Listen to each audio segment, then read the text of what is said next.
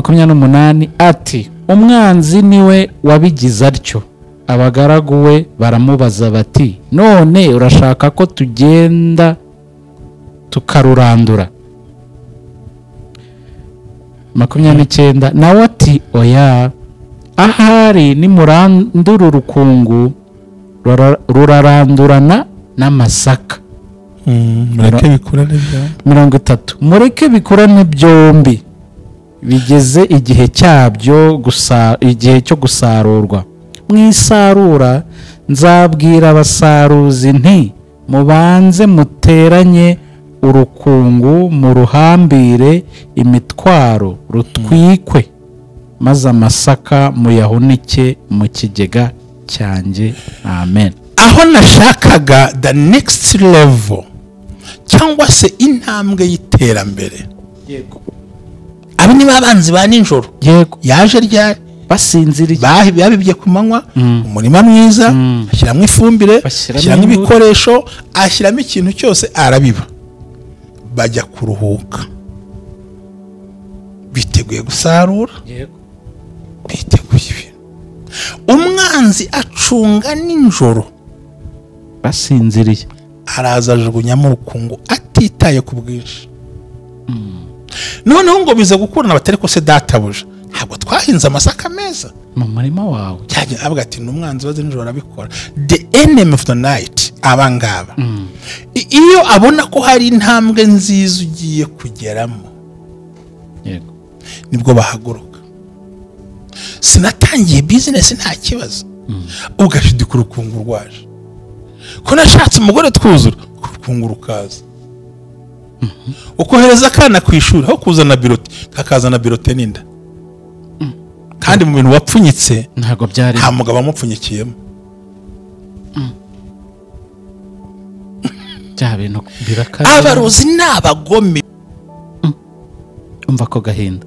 Ugapfana icyongereza, ugapfana igifaransa, ugapfana imibare, ugapfana mate, ugapfana fizike, ugapfana shimi, igitiyo nako uyeduka bubura. Nakubwiye ngo igihe utaramenya umwanzi ntiwamunesha. Iturufu ya mbere nuko umenya ukamunesha. Bundi bushobozi muri iyi minsi, muri aka kanya, muri aya masagonda, muri iyi saha, ndagira ngo ninginge wowe ushoboye Kristo Yesu, buri muntu wese urwanywa n'imbaraga, yabiza nijoro, yabiza abarozi, duhagaze mu mavuta yo kuzimenagura, duhagaze mu mavuta yo kuzisenya, kugira ngo ubutsinzi bwo muri Kristo Yesu buboneke ku mukobwa, buboneke ku musore, buboneke ku mugabo, buboneke ku mubyeyi. Buri muntu wese ukurikirana ubumwe bw'abera yongera ahabwe umugisha uturutse muri wowe. Haleluya, haleluya, haleluya. Ku itegeko ry'umwuka wera n'imbaraga z'Imana ishobora byose, Imana yavuze ngo dukore amasengesho y'iminsi 14 yo guhangana n'abanzi ba ninjoro, dealing with the enemy of the night. Aho ubumwe bw'abera ministries buyobowe na Reverend Ntamubazi Jean Baptiste tuzakora amasengesho y'iminsi 14, itegeko ry'Imana ryo gukuraho ibintu byose bikurwanya. Ntabwo ushobora kugira hazaza hawe, ndetse ntabwo wahura n'uwagufasha kuzahagera mu gihe hari umwanzi urwanya ibyo bintu. Umwanzi w'iterambere, umwanzi w'ahazaza, umwanzi w'intsinzi, umwanzi w'intambwe ikurikiyeho, the next level. Abo bose bahaguruka ninjoro ngo barwanye amasezerano yawe. Ni umwanya mwiza wo kuzasenya, kurimbura, kurandura, kuvanaho, kwigizayo, gukubita, kumanura imbaraga mbi zose zahagurukiye abawe nawe ubwawe. Ubumwe bw'abera ministries ntabwo ari idini, ntigenda no kuba ryo, ahubwo turagukangurira ikintu kimwe: buwejejwe mu itorero urimo, senya y'ibicaniro, guhanira n'izo ntambara, maze uhindure ubuzima, ubuhindure bw'abandi. Muri urwo rwego tuba dusenga duhereye buri mugoroba. Umuntu akoresheje telefone yiwe cyangwa ubundi buryo runaka buzashyirwaho, senya ibikurwanya, wubake ubuzima wifuza, irukana imbaraga mbi ku buzima bwawe. Ntawe utagira umwanzi, n'utagira umwanzi arihenda, kuko Satani ntawe akunda, bose arabanga. Rero ibyawe byose byapfiriye mu ki? Uzasobanukirwa byinshi kandi uzamenya byinshi. Kumwe bw'abera ministries ni isoko y'ishakiro byatuma ubasha guhagarara. Rero nabwira ngo imbaraga zikurimo n'uburyo ubishakamo niko bizakubera. Kumwe bw'abera ministries ntawe duheza, ntawe dusubiza inyuma ko si idini, ntiryenda no kuba ryo, ahubwo twabwira ngo isanzura aho uri, nta dini rirusha irindi mana. Imana iguha umugisha, amina. ni ku bumwe bw'abera ministries amavuta akandagira amateka ubuzima bugahinduka. niho nguhaye ikaze, njyewe guha ikaze nitwa Jerry. amasengesho arakomeje, ni amasengesho y'iminsi 14 mwarabyumvise kenshi, ndetse wifuza gusengerwa cyangwa gusengana natwe amasaha musengerwamo mwarabyumvise. nuko ari ukwiyandikisha, ni ukwandika message hanyuma ugafata appointment, hanyuma ibintu bikagenda neza. nk'uko rero nababwiraga, ibintu biri gukorekeka muri aya masengesho, kuko ni uguhishura imbaraga z'umwijima, imbaraga za Satani, kugira ngo tumurwanye. nitumurwanya nawe aza duhunga. Mushumba, waramutse? Ndashimira Imana cyane, dukomeje kuba turi imbere y'Imana, dufite n'imbaraga zo gukorera Imana. Imana iguha umugisha, nawe wakoze kuza. Data wa twese akwishimira. Amen. Urakoze. muri studio ntabwo turi twenyine, na Silas arahabaye kugira ngo amasengesho akomeze agende neza. ushatse wahamagara Mushumba, ushatse wahamagara Silas, kuko byose ni byiza. Mushumba, uyu munsi turarebera hamwe iki, kuko abantu banyotewe. Riravuga ngo ntiwatsinda umwanzi utazi. Yego. ni ukuvuga ngo umunsi wamenye umwanzi wawe niwo munsi uzamutsindaho, kuko hari abanzi dufite tutajya tumenya, ari nayo mpamvu bakomeza kuturusha imbaraga zo kudutsinda. nta nubwo baza mu isura y'ubwanzi. Yego. ntatora ubuhiri n'umuhini Oya. n'isekuru n'amabuye ngo umurebe, kuko wahita ubimenya nyine. ntagenda ngo avanga imiti ayikuzanire. Yego. ahubwo ni ukwihishamo mu buryo bw'umwuka w'umwijima. Yego. cyane ko ijambo ryatubwiye ngo ntidukirana n'abantu, ahubwo dukirana n'imyuka mibi. Yego. y'ahantu ho mu kirere, abategeka b'iyi si n'abantu bafite ubutware. rero umunsi wamenye umwanzi wawe nyezina, Yego, cyangwa nyirizina, yego, niwo munsi uzamutsindaho cyane. umunsi wamenye neza igitera amakuba mu rugo rwawe, umunsi wamenye neza igituma urota za nzozi, Yego. umunsi wamenye neza igituma ntacyo mu rugo mugeraho, nibwo uzabonye n'imbaraga zo kunesha wa mubisha wawe. Yego. ariyo mpamvu kuno kwezi kwa karindwi, iminsi 14 ibanza, ari iminsi yo kwinjiranamo imbaraga no gusoza umwaka utabaye mu gahinda baciyemo, no kubaka undi mwaka uzaza. burya umwaka ntuwubakiramo, uwubaka utarawugeramo. Imana ibaha umugisha mu izina rya Yesu. ni ukuvuga ngo buriya iyo utazi neza umwanzi, buri gihe uravunika, kuko umutima ukwanga uwuha amata ukaruka amaraso, kandi unywa amata ureba, wajya kuruka amaraso ukakwihisha. wumva ukuntu biba bikomeye. ubwo aho harimo isomo rikomeye. ni wa muntu, ni ba bantu ugerageza kugirira neza bigaragarira bose, ariko bo behind your back, muri we ntagukunda. naho wakwisiga, naho wabyina, naho waririmba, naho wamuheka, naho wakwibaga, naho watanga iki, arakubwira ngo yari yabihaza cyangwa yabirenzwe, ngo yabuze aho abijugunya. mbega ikintu cyose kigira intambara. ubwo bya bindi wakoze byose bikaba bibaye. iyo agiye kuruka amaraso ntayakwereka. uno muntu umusabye n'ikintu ntakikwima, kuko intego si ukukikwima. intego nubwo agusebereza ku cyo yaguhaye kikaba kashe. imfasha. uwitwa Nahashi yarabwiye atumva agiye mbabwiza ukuri, ibyo kubaha akasimbyanze. Yego. mureke mbanze mbanogora ijisho, umuntu asubira iwe, ahinge, aryame. ariko babonye ko ari ibinogori, kandi mbigira igitutsi. umva icyo bashaka ku Isiraheli, bakunogore, bakumaremo amaso, ugende mu mudugudu iwanyu, ariko babigira igitutsi. umukobwa mwiza ntaje, bati mwebwe kuza bigana, namushaka ko mbahaka, ndahiremere. Nahashi ati nta kibata, ariko dusezerane, buri muntu wese aze nta nkoni, nta kinya, nta rusaku, munogore ijisho ry'iburyo, mbihindura igitutsi. abantu basome. hari umuntu uguha ikintu kugira ngo abihindure igitutsi. ati buriya muri bayikaraga yarapfuye, iyo ntamugaburira se buriya aba ameze kuri. ati buriya kote yambaye ubundi uraryibuka, iyo utazi umwanzi uramusegura, iyo utanze umwanzi uramugaburira. Ijambo ry'Imana nkubwiza ukuri njya kupanga n'amasengesho, hari ijambo yambwira riba mu kutegeka, ntabwo turi hasome, ariko tuhasome, ntacyo bitwaye, tuhasome si 23 tujya ku kabiri se tujya kwa 23 tutahasome ubundi, reka tuhasome, si ubundi twahasomye se ubundi ubundi yadutwaye iki? gutegeka kwa 2:23 reba umurongo wa 5 wa 25 23 reba 25 na 6 na 7. oya igice 23 umurongo 20 na 4 na 3 na 5 haragira ngo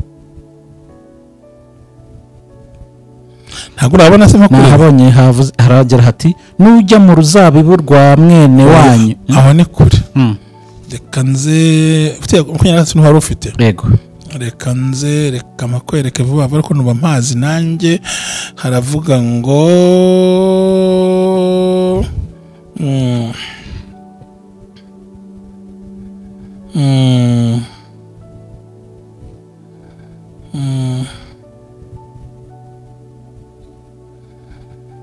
ndaje mpaguhe rwose, ndumva ari aho ngaho gutiya kwa 2.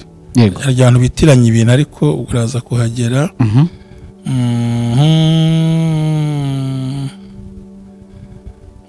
ni nibyo, ariko reba 26 tutiya kwa 2 23 na 26 23 umurongo wa 26 haragira ati ariko byari kuba byiza, sinzi biri ufite ubundi mpamvu byari bitugoye buriya, nuko hari usanga za King James cyangwa nabandi. Reba umurongo wa 5 waho, umurongo wa 5 waho uragira uti yego kuko batasanganije. Hera umurongo wa 4 babyumva, ariko turarwana n'iki ubundi?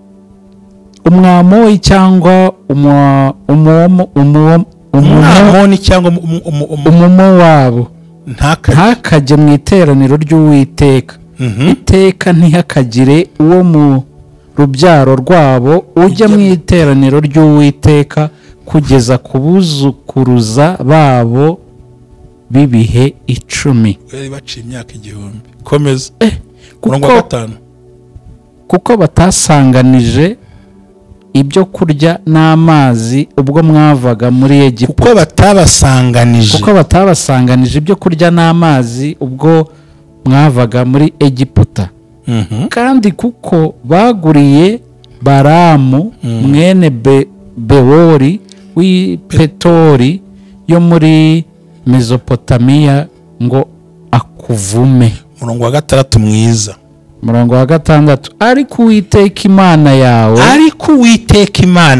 yanga kumvira Baramu. ahubwo Uwiteka Imana yawe iguhindurira umuvumo kuba umugisha. kuko Uwiteka Imana yawe yagukundaga. amen. urabyumva ariko? nabyumvise. ndabyumvise. Imana ihindura umuvumo. muri make Baramu yarekuye umuvumo, ugeze sasa kibasha kuwugarura. Imana irawutransforma, irawuhindura, iwugeza ku bisara ari umugisha. umva umurongo nashakaga rero, ariho mutumba kurwana n'abadayimoni. yego wa 7 ntuzabashakira amahoro. niyo navuga umurongo 7 haragize hati ntuzabashakira amahoro cyangwa ibyiza iminsi yose ukiriho.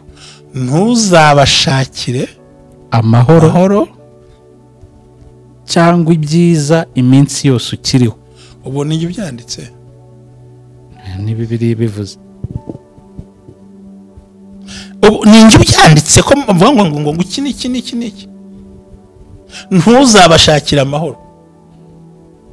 nese jambo y'Imana nditabure ndikuremo se.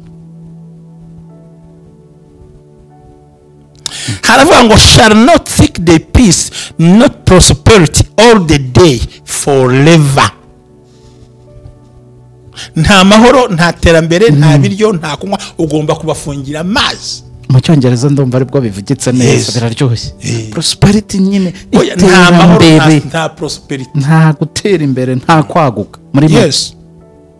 Not seek the peace or not the prosperity all uzabashakira the days of forever. ntuzabashakira Igihe ukiriho ibyiza ugomba guhangana n'ingegera y'umurozi ukayirukankana ukayivudukana utagushakira icyiza nakigushakira. Niyo mpamvu tugomba guhana bano babisha. tubarwanisha iki rero hari igihe umuntu yavuga ati ni ugufata inkoni Nayo Imana yintumye nayitorage nkagusekura. Nimbwiye ko nabo byashoboka ntafungwa. Ariko hano ntubashakire iki wikwinyenyeretsa wikwigira iki. kwihohora Nakubwiye ngo igihe utaramenya umwanzi ntiwamunesha. Iturufu ya mbere ni uko umenya ukamunesha. Ntuzabashakire ibyiza kuko batagusanganije iki amazi n'ibyo kurya. Yesu ati nari nshonje ntiwangaburira, nari nambaye ubusa ntiwanyambika, nari mu nzu y'akaga ntiwansura, nari mbabaye ntiwangera. Ngo twakubonye ryari ngo utabikorera bumwe muri bariya. So rero ibi tuvuze aha nibyo abarozi n'abagome bihishamo bakagufungira imigisha yose. yego Buriya iyi ngiyi yo ya King James hari indi Bibiliya mfite ibivuga neza hano. Kurabizi ko mbanazibitse hari nyinshi. Yego. Kugira ngo nyine tumenye neza koma ibyanditswe ukuntu bivuga, menye uko bagiye vuga na zazira nakure bagenda bahindura Bibiliya mu buryo bundi ariko abantu ugasanga babifata nk'ibyo ariko nta n'ikitangaje kiba kirimo.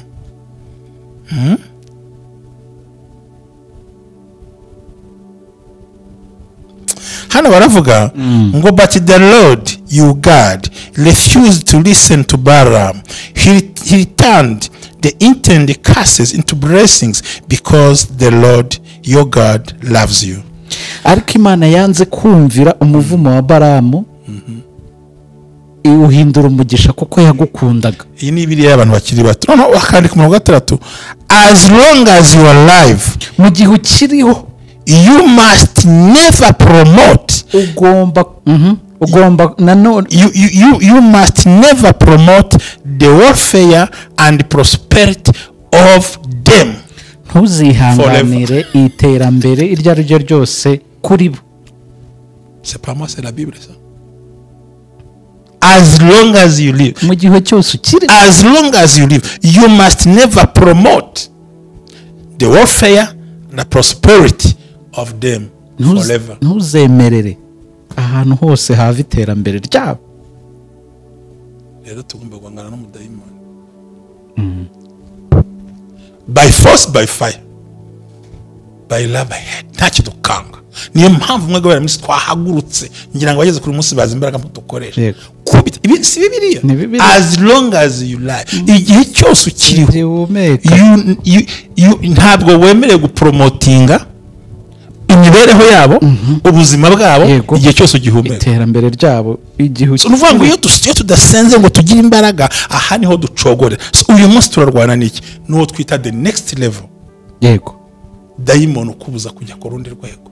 yego Iri joro tugiye kudiringa na dayimoni ikubuza kujya kuri next level. dayimoni ikubuza kujya ku rundi rwego. Akumva wagumuruwo ariko haje ikintu kiza kubaho. Aha ndabakubwira ni umuntu bita Herode. Herode uyu nguyu ntiyaragambiriye kwica Yesu. Jamais. Yaragambiriye kwica ikiri muri Yesu. Kuko yaragiye kuba umwami w'isi. Si n'umwami wa Isiraheli. yego Kuko yabwiye abanyabwenge ngo mumbwire aho yavukiye nanjye njye kumuramya. yego Dufite dayimoni ihaguruka ikarwanya icyo wenda kujya kuba cyo. ntabwo ishaka ryaterambere, irashaka ko uhora wizengurukaho. Reka tubyite next level. iyindi ntambwe. Urakoze cyane. Aba n'abanzi bakora ninjoro. yego bakarwana ibyo babirwanya ariko badakeneye ko ukandagira kuri next cya ku yindi ntambwe ndende bagomba kujyaho. yego Herode yaravuze ngo mu ndangira ahari nanjye njye kumuramya. ariko ngo ntabwo abishakaga. Ngo abanyabwenge bahageze ngo Imana ibasanga mu nzozi. Nagira ngo ufashe, turi kuri the next level, iyindi ntambwe rwose. Umwanzi nyine urwanya ku ugiye kwindi buryo. Urembere muri Matayo 13, ndahafite ariko nshaka kuhansomera ubutumwa bwiza bwa Yesu Kristo ko bwanditswe na Matayo 13 umurongo 24-25. Yesu akumpera umugisha. Aha niho tuza kureba neza mu gihe cyashaka, turebe noneho wa mwanzi ukurikiraho. Ubutumwa bwiza ko bwanditswe na Matayo ibice 13 umurongo wa 24 n'uwa 25. Amatuto dusoza kuko tukeneye ko dusenga Imana. Haragira hati, turahera kuri 23 na 4. Okay. Nuko abacira undi mugani aravuga ati, ubwami bwo mu ijuru bugereranywa n'umuntu wabibye imbuto nziza mu murima we. 25. Nuko abantu basinziriye, umwanzi araza abiba urukungu mu masaka aragenda. 26. Nuko amaze kumera no kwera, urukungu narwo ruraboneka. Abagaragu be baraza babaza umutware bati, mutware, ntiwabibye imbuto nziza mu murima wawe? None urukungu rurimo rwavuye? 28. Ati, umwanzi niwe wabigize atyo. Abagaragu we baramubaza bati, none urashaka ko tugenda tukarurandura? 29. Nawe ati, oya, ahari nimurandura urukungu rurarandurana n'amasaka. Mureke bikurane byombi. 30. Mureke bikurane byombi, bigeze igihe cyabyo, igihe cyo gusarurwa. Mwisarura nzabwira abasaruzi nti, mubanze muteranye urukungu mu ruhambire imitwaro rutwikwe, maze amasaka muyahunike mu kigega cyanjye. Amen. Aho nashakaga the next level cyangwa se intambwe y'iterambere. Yego. Aba ni babanzi ba ninjoro. Yego. Yaje ryari? Basinziriye. Babibye ku manywa, umurima mwiza, ashyiramo ifumbire, ashyiramo ibikoresho, ashyiramo ikintu cyose, arabiba. Bajya kuruhuka, biteguye gusarura. Yego. Biteguye. Umwanzi acunga ninjoro, basinziriye, araza ajugunyamo urukungu atitaye ku bwinshi. Noneho ngo biza gukurana batari ko se databuja, ntabwo twahinze amasaka meza mu murima wawe? Cyajya avuga ati n'umwanzi waze ninjoro abikora. The enemy of the night, abangaba. Iyo abona ko hari intambwe nziza ugiye kugeramo, yego, nibwo bahaguruka. Sinatangiye business nta kibazo, ugashidika urukungu rwaje. Ko nashatse umugore twuzura, urukungu rukaza. Ukohereza akana ku ishuri, aho kuzana birote kakazana birote n'inda. Kandi mu bintu wapfunyitse ntago byari, nta mugabo amupfunyikiyemo. bya bintu birakaze. Abarozi n'abagome bica intambwe y'ahazaza hawe. Yego. Kandi ugomba kudiringa nabo mpaka ubashyize hasi. Ibi tubigisha nutabikora n'ikazi kawe. Wasanye umukobwa atazi mukanya kumva ngo umugabo yacinye mundi. Ejo bundi wabonye umuntu w'umusaza wasamenyaga umwana w'imyaka myinshi. Narabyumvise. Narumiwe. Umusaza ahantu gafata umwana akiri muto ngamuha amavuta, gagiye kumuhesha umugisha. Asiga kuri giko yari akimugabo mukuru, atangira akana kameze imyaka 18. Ntumubyayeho, ufite n'umugore, ukoze n'ibyo, uzanye uwo muvumo. Ikibazo gikomeye. So rero the next level cyangwa se intambwe y'iterambere.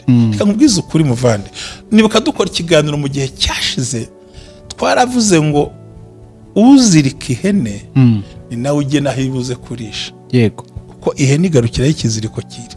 kingana. yego uko kingana niho irishiriza. Hari ubwo yajya imbere se, oya ni ukuvuga ngo uyiziritse niwe ugena ko yongera kujya imbere yego akayikurura. niko karande rero ikora nayo, irakuzirika ngo urishaho, ntabwo ishaka gutera indi ntambwe, ukarishaho ukazarya umukungugu, ukazayora n'ivu, ukagumaho ukarya ubukunda bukarangira. Sora muri amasengesho ni ukubohora ikiziriko kikavaho, umuntu akidegembya ukajya muri your next level. yego kana wakareze wagakunze, ejo hakaza ari bandi, umwohereje hanze akanyura amagi atewe ishinge. Ibyo byose washaka kugira ngo wiguriye akamodoka, wiguriye akamoto, abantu bakakubise hasi. yego ibintu byinshi ugasanga buri gihe intambwe yawe yose y'iterambere ashyiramo urukungu. wanambagiza agashyiramo urukungu ngo nyina araroga, se niba aroga n'icyo uroga ni ikibazo, ahubwo se bafatanya nde? waranga ati kwa kana kabatera umwaka, ati karamusuje nibatsita yakagura, ati nibo nta nabatera ki ninde muntu waformwe mu mwaka, ati wavuganye nande mu gitondo, kumbi nawe ni cya kintu yakubona unukira abantu utabizi. urumva rero ibi bintu byose ni Satani urwanya kugira ngo utagira ikintu ugeraho. Mvuga ngo nta nsinzi nimwe wakwakira, kuko Satani ikiza ugiye kwinjiramo. Aba bantu kandi nabo ikibabaza bararota ariko ntamenya ngo barose iki. yego uno muntu tuvuga minota yo kuyacu tuyikoreshe neza, twongeye twite ko ndashaka abantu tumenye ibintu byumvikana. uyu muntu ariga akaminuza, akagira amanota ya mbere, akagera kure, akagira ubwenge, agafasha n'abandi kwiga, n'uwo yigishije akatsinda, ariko we ntashobora gupfa abonye akazi. Bene bano bantu bagira birote nziza, agira amanota meza. oya bivuga amanota meza urimo bikabye avuga nyine, agira amanota meza, yiga neza, agafasha n'abandi, agatsinda, akaba n'umuhanga, yego akanakundwa, ariko nta mahirwe y'akazi agira. ahubwo bamwe yafashije gusobanura, kubasobanurira, akabona mu modoka z'umukara. umva ko gahinda, ugapfana icyongereza, ugapfana igifaransa, ugapfana imibare, ugapfana mate, ugapfana fizike, ugapfana shimi, igitiyo nako uyeduka bubura, n'igikarayi nacyo ukanakibura. ahubwo na perimi wakora nk'abandi, agashaka perimi ikizame cya mbere kuri ntuze kuri provisoire, agahita atsinda definitive, agatsinda, aho kubona akazi next level irarwanywa. nuva la clame si pende for ade, kubitiza imbaraga, itekereza, fata diplome humanité, shyiraho licence, shyiraho masters, shyiraho perimi, bikwicana inzara biraho, ubisonzane, warangiza ngo ngunguri bona again urara ubusa, warakijije Shitani mu izina rya Yesu. ibintu byumve akantu zakatukumva, ndi kukumva, ufashe risa seconde harya bita imanite yawe niyo bita AD, yego ushyizeho licence A0, yego ni A0 cyane bidasimbizi, ushyizeho na masters, ushyizeho na perimi, si A gusa, ni na B na C na D, ariko Satani arabikuniganye, ubuza n'amasogisi yo kwambara. Iyo ubonye umuceri nta bishyimbo, iyo ubonye ibishyimbo nta muceri, iyo ubonye inkweto ipantaro yashaje, iyo ubonye ibaze inkweto, buri make nta bintu byuzuye ufite, kandi ibi bintu byibonaho, kandi ntusiba amasengesho. ubona imboga ukabura uburisho cyane, wabura uburisho ukabura imboga cyane, ibintu barabicuramye. Akazi inkweto nshyashya akabura ipantaro yasaza, akazi ukabona ibindi ntibyuzura, kandi ngo urakijijwe, unatanga n'icyacu, amaraso ya Yesu wirirwayo, you are born again, waraboshwe n'imbaraga za ninjoro, your next level yabaye intoxicate, tugomba kuyibohora. ariko waza ko nkubwiza ukuri, nkubwira n'ikintu utaroze. yego wari wazi ko abantu bava muri za university zikomeye zo hanze agaruka mu gihugu akabura akazi? barahari, kandi akabona akiga akajya hanze agatanga ibimiliyoni byinshi, yaza afite yewe n'abamushyigikira, ariko inyenyeri bagatwikira, Satani akaza akamena urukungu. uru rukungu ruzanwa nande? N'abanyamagambo. Hari abantu bakuvuga inkuru y'ikinyoma ariko gifatika, gifite ibimenyetso, kikakwanduza. yego Kobwa mwiza utarasambanye wiyubashye yego wibure mu rugo hakabura n'inyoni umubwira ngo ariko nagukunze hajya no kuza hakaza abona nawe yakwemera induru zikavuga agasaza n'ubwiza akagera ku myaka batamukunze ni ikimenyetso cyerekana ko nawe ukwiye guhaguruka ukaza tukagusengera Imana ugatabarwa yego